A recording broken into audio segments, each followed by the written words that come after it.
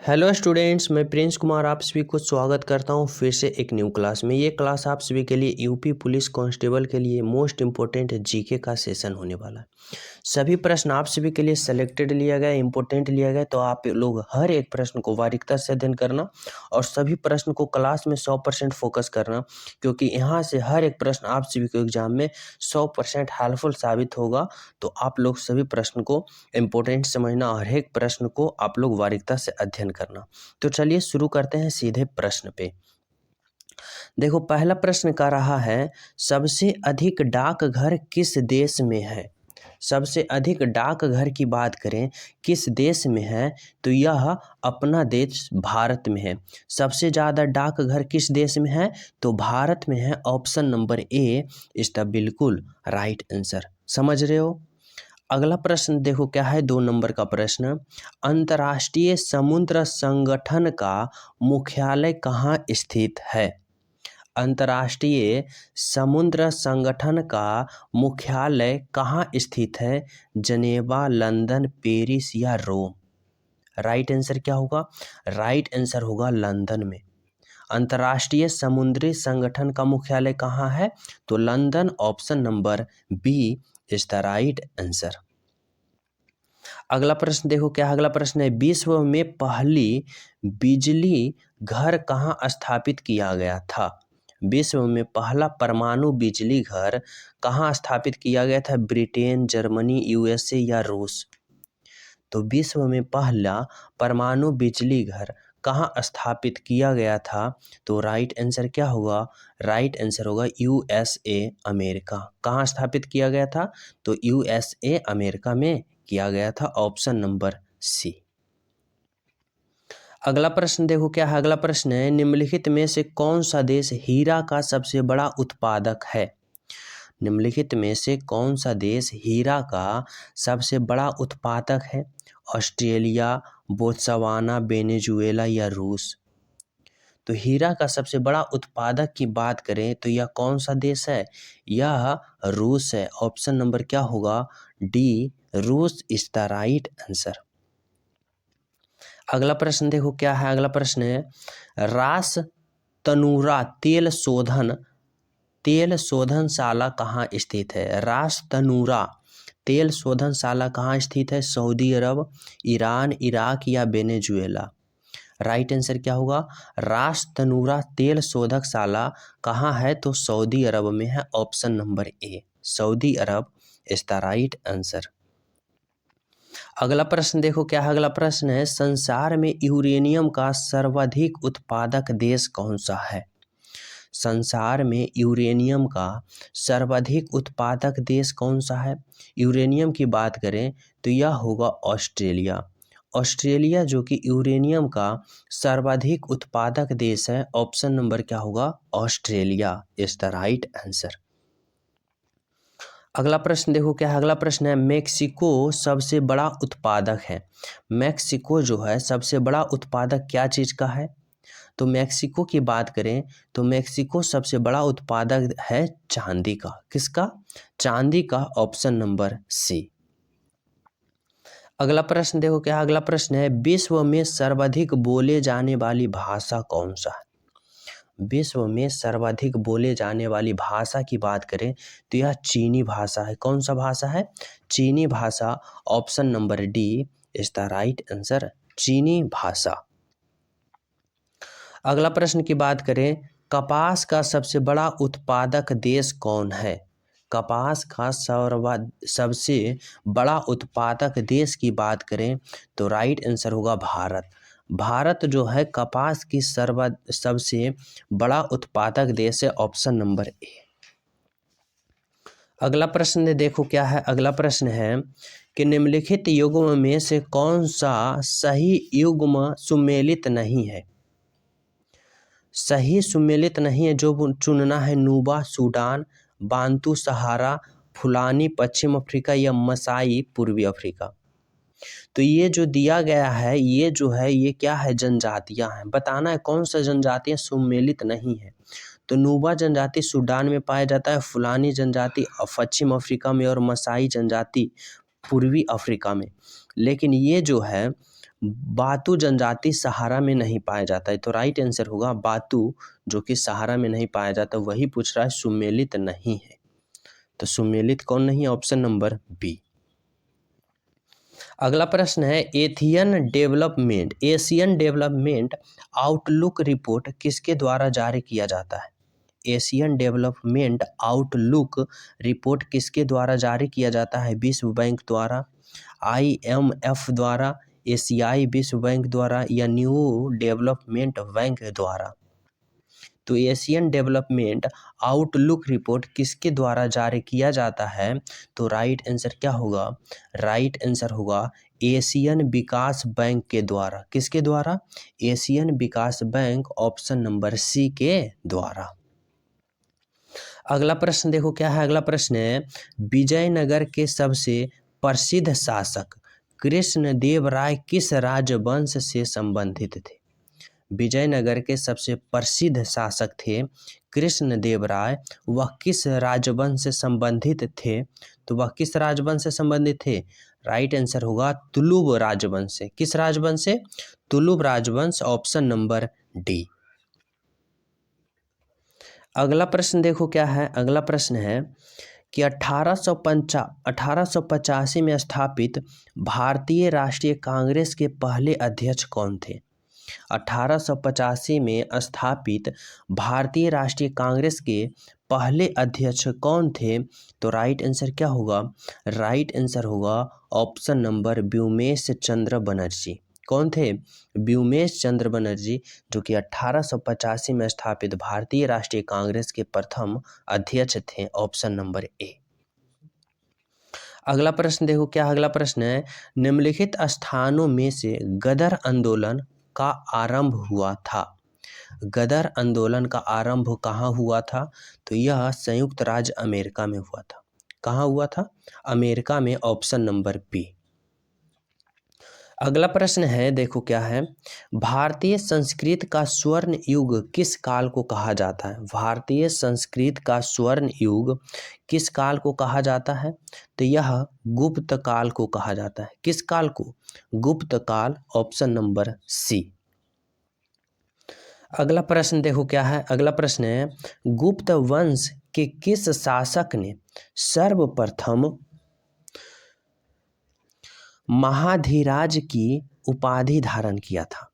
गुप्त वंश के किस शासक ने सर्वप्रथम महाधिराज की उपाधि धारण किया था? तो राइट आंसर होगा ऑप्शन नंबर चंद्रगुप्त प्रथम। चंद्रगुप्त प्रथम ने, जो कि गुप्त वंश का प्रथम शासक था, महाधिराज की उपाधि धारण करने वाला, ऑप्शन नंबर डी। अगला प्रश्न है गुप्त वंश का वह राजा कौन था जिसने हुनों को भारत पर आक्रमण करने से रोका था? तो गुप्त वंश का वह राजा स्कंदगुप्त था जिसने हुनों को भारत पर आक्रमण करने से रोका था। कौन सा राजा? Skandagupta, option number A. अगला प्रश्न देखो क्या है। अगला प्रश्न है हर्षचरित्र किसके द्वारा लिखी गई है? हर्षचरित्र जो किसके द्वारा लिखी गई है? तो यह बाणभट्ट के द्वारा लिखी गई। किसके द्वारा? बाणभट्ट के द्वारा हर्षचरित्र लिखी गई है, ऑप्शन नंबर बी। अगला प्रश्न देखो क्या है। अगला प्रश्न है सम्राट हर्षवर्धन ने अपनी राजधानी थानेश्वर से कहाँ स्थानांतरित किया था? सम्राट हर्षवर्धन ने अपनी राजधानी थानेश्वर से कहाँ स्थानांतरित किया था? तो यह कन्नौज किया था। कहाँ किया था? Kannauj, option number C. अगला प्रश्न क्या है देखो मानव द्वारा सर्वप्रथम प्रयुक्त धातु कौन है? मानव द्वारा सर्वप्रथम प्रयुक्त धातु कौन है? तो राइट आंसर होगा तांबा। कौन सा धातु है? तो तांबा, ऑप्शन नंबर डी।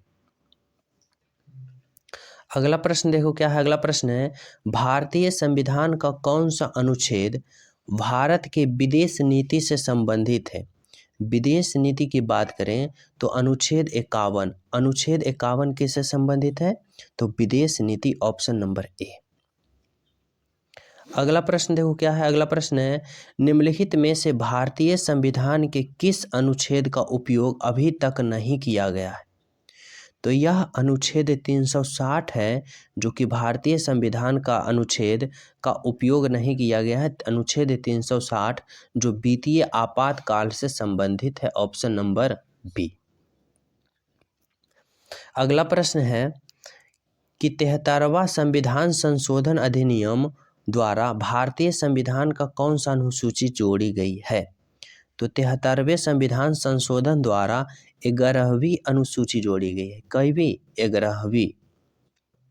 अगला प्रश्न है, 74वें संविधान संशोधन द्वारा भारतीय संविधान में कौन सी अनुसूची जोड़ी गई है? तो यह 12वीं जोड़ी गई है। देखो, 73वीं संविधान संशोधन द्वारा 12वीं और 74वें संविधान संशोधन द्वारा 72वीं और 73वीं संविधान संशोधन द्वारा कैमी 11वीं, यहाँ पे 11वीं हो गई, 11वीं जोड़ी गई है। समझ रहे हो? तो इस प्रश्न का राइट आंसर क्या होगा कि 74वें संविधान संशोधन द्वारा कैवी अनुसूची जोड़ी गई है? तो 12वीं। यहाँ अभी आप लोग क्या पढ़े हो कि 73वें संविधान संशोधन द्वारा 11वीं। समझ रहे हो? तो याद रखना। अगला प्रश्न है कि संघीय कार्यपालिका की व्याख्या संविधान के किस भाग में की गई है?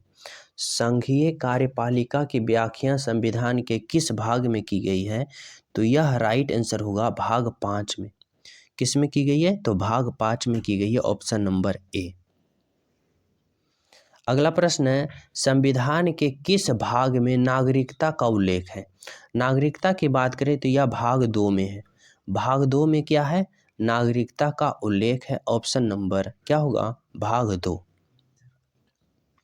अगला प्रश्न है, भारतीय संविधान की कौन सी विशेषता इंग्लैंड से ली गई है? इंग्लैंड की बात करें तो यह संसदीय प्रणाली ली गई है। कहाँ से? इंग्लैंड से, ऑप्शन नंबर सी। अगला प्रश्न है, भारतीय संविधान में शामिल नीति निर्देशक सिद्धांत किसके संविधान से लिया गया है? नीति निर्देशक सिद्धांत की बात करें तो यह आयरलैंड के संविधान से लिया गया है। किसके संविधान से? तो आयरलैंड, ऑप्शन नंबर डी। अगला प्रश्न देखो क्या है। अगला प्रश्न है, संविधान सभा का अस्थायी सदस्य कौन है? संविधान सभा का अस्थायी सदस्य की बात करें तो यह Sachchidanand Sinha, option number A. Doctor Sachchidanand Sinha जो कि अस्थायी सदस्य थे। अगला प्रश्न है, संविधान सभा का अस्थायी सदस्य की बात करें तो डॉक्टर राजेंद्र प्रसाद। अस्थायी संविधान सभा का अस्थायी अध्यक्ष पूछे तो कौन है? Doctor Rajendra Prasad, option number B. अगला प्रश्न है, अजंता और एलोरा की गुफाएं कहाँ स्थित है? अजंता और एलोरा की गुफाएं की बात करें तो यह महाराष्ट्र में स्थित है, ऑप्शन नंबर ए। अगला प्रश्न है, महान्यायवादी की नियुक्ति किस अनुच्छेद के अंतर्गत की जाती है? तो महान्यायवादी की बात करें तो यह अनुच्छेद 76 के अंतर्गत की जाती है, ऑप्शन नंबर बी। अगला प्रश्न है, संविधान के किस अनुच्छेद में धन विधेयक की परिभाषा दी गई है? धन विधेयक की बात करें तो अनुच्छेद 110 में धन विधेयक की परिभाषा दी गई है, ऑप्शन नंबर सी। अगला प्रश्न है, यक्षगान किस राज्य का लोक नृत्य है? यक्षगान की बात करें तो यह कर्नाटक की है। कर्नाटक की लोक नृत्य कौन सी है? यक्षगान। अगला प्रश्न है, रऊफ लोक नृत्य का संबंध किस राज्य से है? तो यह जम्मू कश्मीर से संबंधित है। क्या? रऊफ लोक नृत्य जम्मू कश्मीर से संबंधित है, ऑप्शन नंबर ए। अगला प्रश्न देखो क्या है, कुचिपुड़ी लोक नृत्य का संबंध किस राज्य से है? तो यह आंध्र प्रदेश से है। कुचिपुड़ी का संबंध Andhra Pradesh, option number B. अगला प्रश्न है, धमाल किस राज्य का लोकप्रिय नृत्य है? धमाल की बात करें तो यह हरियाणा की क्या है? लोकप्रिय नृत्य है, ऑप्शन नंबर सी, हरियाणा।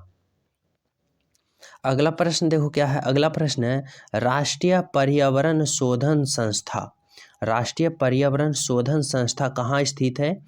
तो यह भोपाल में स्थित, सॉरी यह कहाँ स्थित है? यह नागपुर में स्थित है। कहाँ स्थित है? नागपुर में राष्ट्रीय पर्यावरण शोधन संस्था, जिसे NERI कहते हैं, कहाँ स्थित है? नागपुर में। अगला प्रश्न है, भारत में वन अनुसंधान संस्था कहाँ स्थित है? तो यह देहरादून में। वन अनुसंधान संस्था कहाँ है? Dehradun, option number A. अगला प्रश्न है, पोंगल किस राज्य का लोकप्रिय त्योहार है? पोंगल किस राज्य का लोकप्रिय त्योहार है? तो राइट आंसर क्या होगा? राइट आंसर होगा तमिलनाडु की। तमिलनाडु की लोकप्रिय त्योहार क्या है? तो पोंगल। राइट आंसर क्या होगा? ऑप्शन नंबर तमिलनाडु, जो कि पोंगल। पोंगल किस राज्य का लोकप्रिय त्योहार है? तो तमिलनाडु की, ऑप्शन नंबर बी। अगला प्रश्न देखो क्या है, जलियांवाला बाग हत्याकांड कब हुआ था? जलियांवाला बाग हत्याकांड की बात करें तो यह 13 अप्रैल 1919 ईस्वी में हुआ था, जो कि जनरल डायर के आदेश पर गोली चलाया गया था निहत्थे क्रांतिकारी पर। 13 अप्रैल 1919 ईस्वी। अगर 1920 ईस्वी की बात करें तो 1920 ईस्वी महात्मा गांधी जी के द्वारा असहयोग आंदोलन की शुरुआत हुई थी। ऑप्शन नंबर 1920 ईस्वी में क्या हुआ था? महात्मा गांधी जी द्वारा असहयोग आंदोलन। और 13 अप्रैल 1919 को जलियांवाला बाग हत्याकांड हुआ था, जो कि जनरल डायर के आदेश पर। अगला प्रश्न है, इनकलाब जिंदाबाद का नारा किसने दिए थे?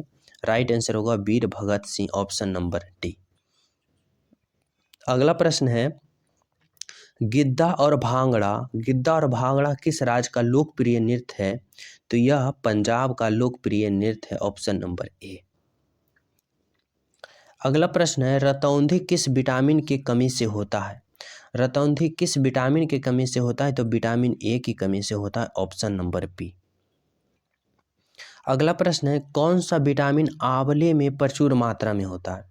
आंवले की बात करें तो विटामिन सी, जो कि आंवले में प्रचुर मात्रा में होता है, ऑप्शन नंबर विटामिन सी।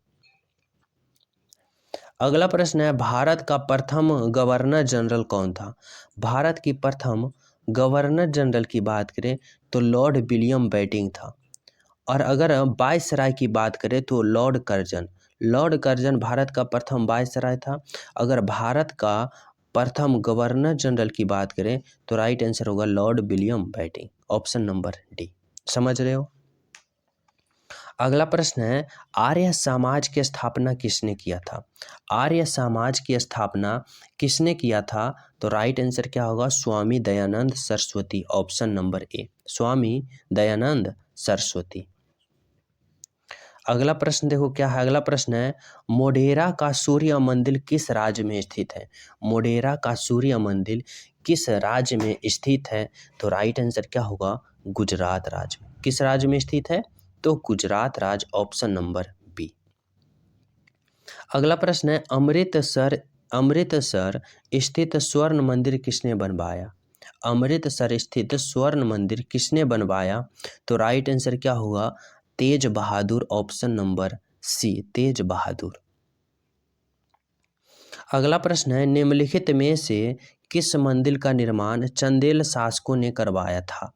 निम्नलिखित में से किस मंदिर का निर्माण चंदेल शासकों ने करवाया था? तो चंदेल शासकों की बात हो रहा है तो खजुराहो मंदिर का निर्माण चंदेल शासकों ने कराया था, जो कि मध्य प्रदेश में है, ऑप्शन नंबर डी। अगला प्रश्न है, मानव शरीर की सबसे बड़ी ग्रंथि कौन सी है? मानव शरीर की सबसे बड़ी ग्रंथि की बात करें तो राइट आंसर होगा यकृत, जो कि मानव शरीर की सबसे बड़ी ग्रंथि है, ऑप्शन नंबर ए। अगला प्रश्न है, रक्त को शुद्ध कौन करता है? रक्त को शुद्ध कौन करता है? तो राइट आंसर होगा वृक्क, जिसे हम किडनी या गुर्दा कहते हैं, जो रक्त को शुद्ध करता है, ऑप्शन नंबर बी। अगला प्रश्न है, भारत का कौन सा शहर पिंक सिटी के नाम से जाना जाता है? तो पिंक सिटी की बात करें तो राइट आंसर क्या होगा? जयपुर, जो कि कहाँ स्थित है? Rajasthan, option number C. अगला प्रश्न है, संविधान सभा का प्रथम अधिवेशन कहाँ हुआ था? संविधान सभा का प्रथम अधिवेशन कहाँ हुआ था? राइट आंसर होगा दिल्ली में। कहाँ हुआ था? तो दिल्ली में हुआ था, ऑप्शन नंबर डी। अगला प्रश्न है, पीर पंजाल पर्वत श्रेणी कहाँ पाया जाता है? पीर पंजाल पर्वत श्रेणी कहाँ पाया जाता है? तो यह जम्मू कश्मीर में पाया जाता है, ऑप्शन नंबर ए जम्मू कश्मीर। अगला प्रश्न है, भारतीय संविधान के किस अनुच्छेद में मौलिक कर्तव्य की चर्चा की गई है?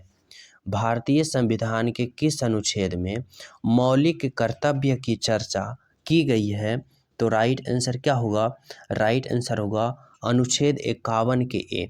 अनुच्छेद 51 के ए में क्या किया गया है? तो मौलिक कर्तव्य की चर्चा की गई है, ऑप्शन नंबर बी अनुच्छेद 51 के ए। अगला प्रश्न है, भारतीय संविधान का कौन सा अनुच्छेद राज्य सरकार को ग्राम पंचायत के गठन का निर्देश देता है? तो ग्राम पंचायत के गठन का निर्देश की बात करें तो यह अनुच्छेद कितने के तहत होता है? तो अनुच्छेद 40 के तहत क्या है? ग्राम पंचायत का गठन, अनुच्छेद 40। अगला प्रश्न देखो क्या है? अगला प्रश्न है, भारतीय संविधान के अंतर्गत कल्याणकारी राज्यों का अवधारणा किस अनुच्छेद में? कल्याणकारी राज्यों का अवधारणा की बात करें तो अनुच्छेद 39 में। क्या है? अनुच्छेद 39, ऑप्शन नंबर डी।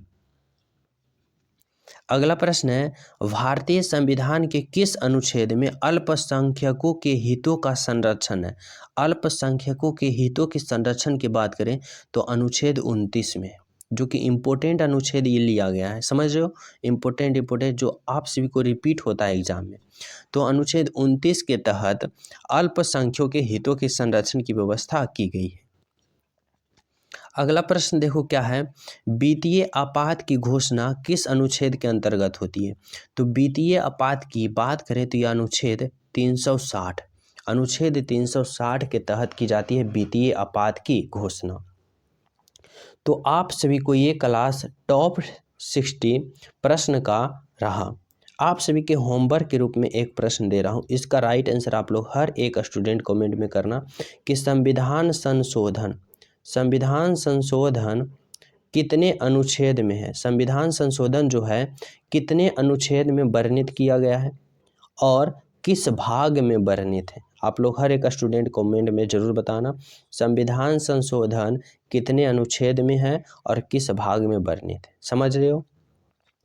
तो आज आप सभी के क्लास के लिए रहा इतना प्रश्न। जो न्यू हो, चैनल पे पहली बार हो, चैनल सब्सक्राइब कर लेना, बेल आइकन दबा देना, क्योंकि आप सभी के पास ऐसा इंपॉर्टेंट प्रश्न का सीरीज पहुंचना अति आवश्यक हो जाएगा, जो कि आप सभी के एग्जाम में बहुत ही ज़्यादा हेल्पफुल साबित करेगा।